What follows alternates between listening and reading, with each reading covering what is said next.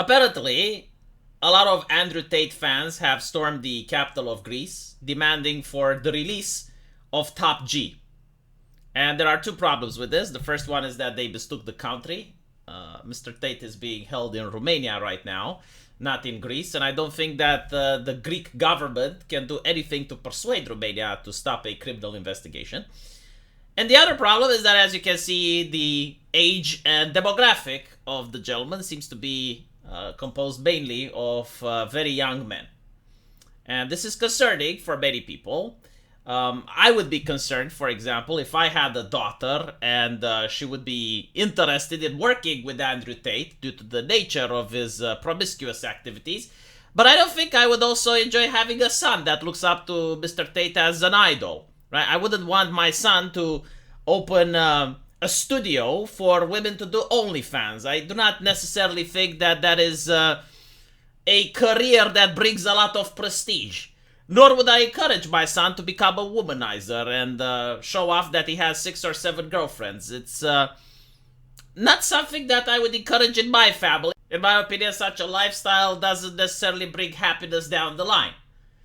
I don't mind if other people do it. I don't mind if other people's sons do it. It's just that in my family, as the father, I would give different advice. Being a right-winger and more family-oriented, I do not think that Mr. Tate is a symbol to follow and emulate. But with that out of the way, I do understand why this phenomenon is happening. And what I have to say is probably going to upset a lot of people.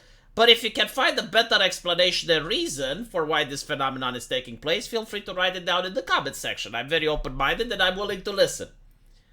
You see, I do believe that it's part of human nature, and this is incredibly natural, that once a boy goes through puberty and he becomes a teenager, he's got a lot of hormones going through his head. And they become interested in two things that can be summed up with tits and violence. Right? Like, these are the things that young adult men are being attracted to. And when I say that, I mean they enjoy watching a movie that has a titty. They enjoy doing contact sports. They talk a lot about girls. I mean, I'm pretty sure all of us have gone through puberty and have experienced these new strange sensations and fascinations. The problem is that the American way of life, which seems to have sipped down towards Europe, is that the correct solution is to completely suppress these emotions. So if the young lad wants to watch a titty on television, we need to make sure that, no, that is not correct. Like, no titty should be available at all.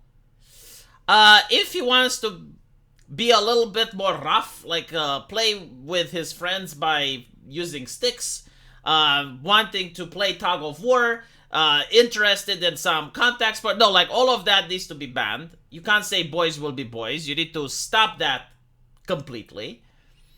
And of course, you also have a lot of ideology from the school systems, from the mainstream media, from the press, suggesting that a healthy masculine behavior is actually toxic.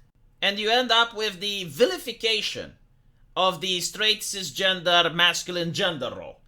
I mean, it's something bad, right? You should move away from it. You should encourage men to become more feminine, more, basically not how their nature is telling them to be. And because of that, there is a lack of what young boys are looking for, which is tits and violence, right? And if there is a lack, they're going to search and search, and eventually the person that they're going to find by scraping the bottom of the barrel happens to be Andrew Tate, which is surrounded by beautiful women, which does kickboxing and is a fighter, which encourages people to take up in sports and these types of activities. And because there's literally no other role model, like you literally look around and you find right-wingers that say, oh yes, abstinence, very important. Oh, this movie, this anime. Oh, this anime has girls with abs. Oh, you shut it down. Don't watch it. And then you find left-wingers who are like, oh, toxic masculinity. No. You should cry in public. You should embrace your emotions. Right? So when they do something like this, and you make absolutely sure that men who are embracing their natural sexuality and they're embracing their actual way of behavior, They don't find literally anyone that gives them what they want besides Andrew Tate.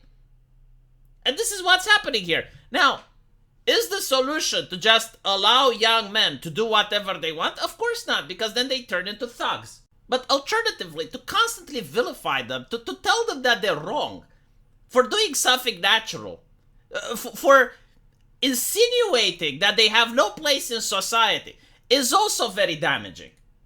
And when you do that, they're going to look around for someone that's accepting them, and eventually they're going to find a douchebag or someone that isn't worth emulating, but is saying the things that they want to hear, to the point where they go, well, at least this person accepts me.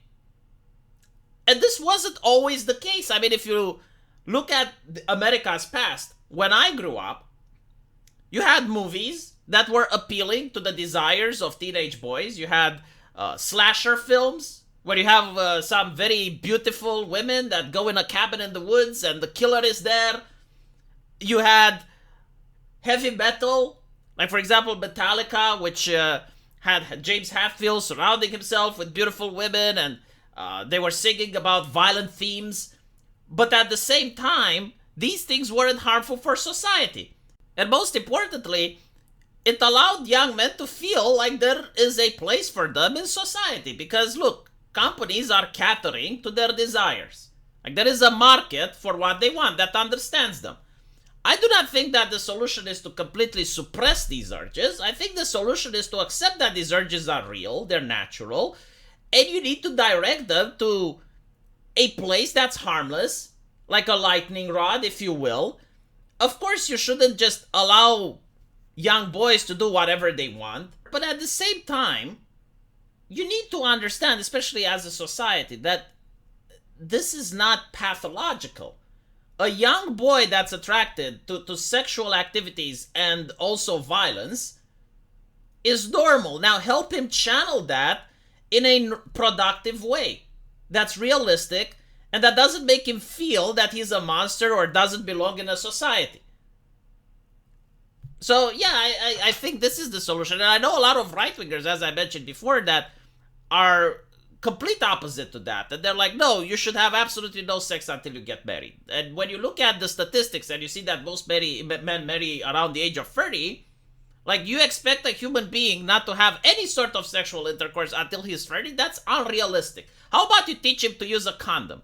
How about you teach him in order to be careful when he has intercourse, and you give him some advice? Because, like, look, times have changed. We don't live in the Middle Age where you have arranged marriages and you have people getting married at the age of 14, right? Like, you need to change your mentality in a way that is more in tune with the century we live under.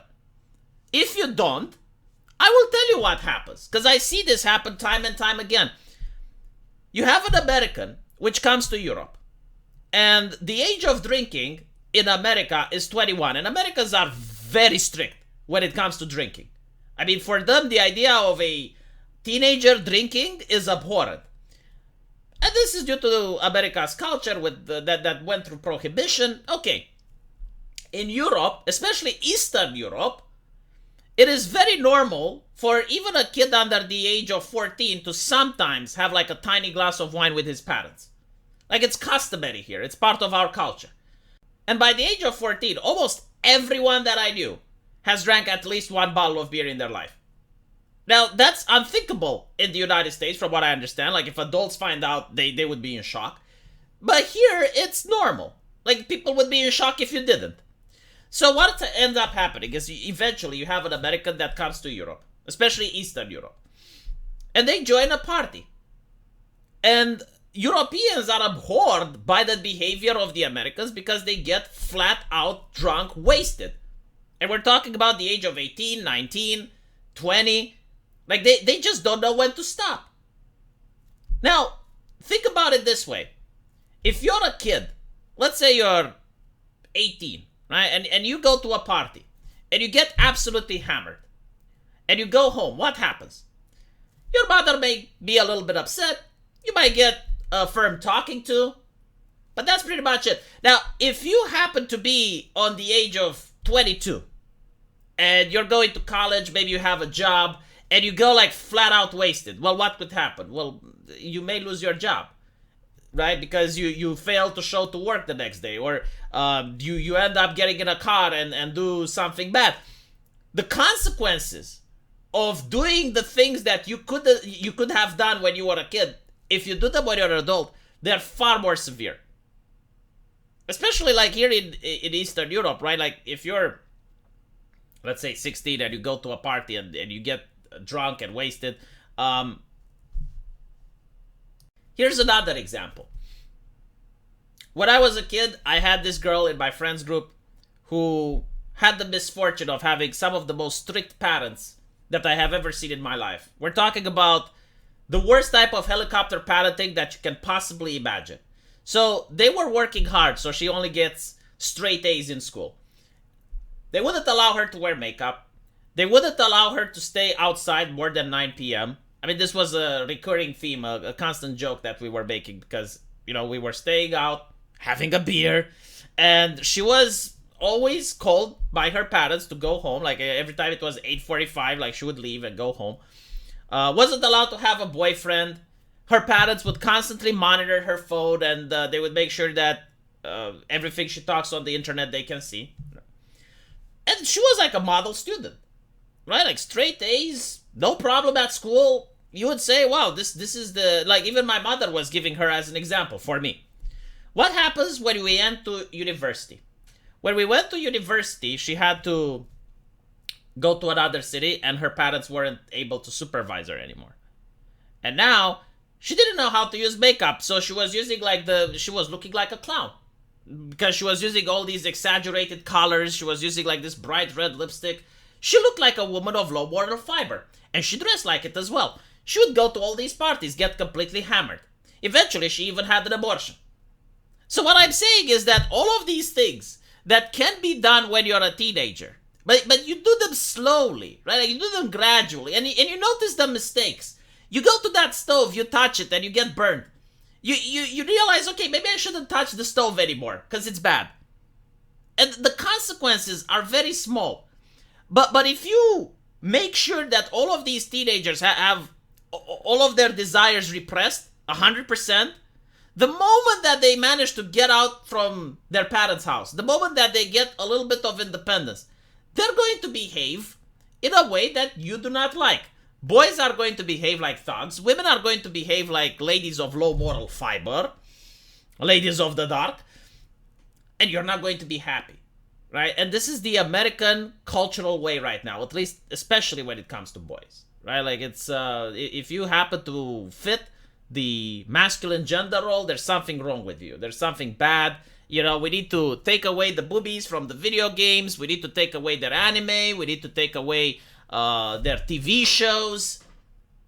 At school, they are constantly lectured. Why aren't you more in tune with your emotions? Why don't you cry more? And when they cry, we make fun of them, like we saw with Jordan Peterson and Kyle Rittenhouse and Kavanaugh and all the other men that cried, right? And then people are Pikachu faced, like, oh, well, this guy that has a lot of women around him and a lot of expensive cars and he does kickboxing. Why are all these kids flocking to him? Well, I don't know, man. I don't know. It's a mystery. What can we say? Let me know what you guys think, and I will see you in the comment section. Take care.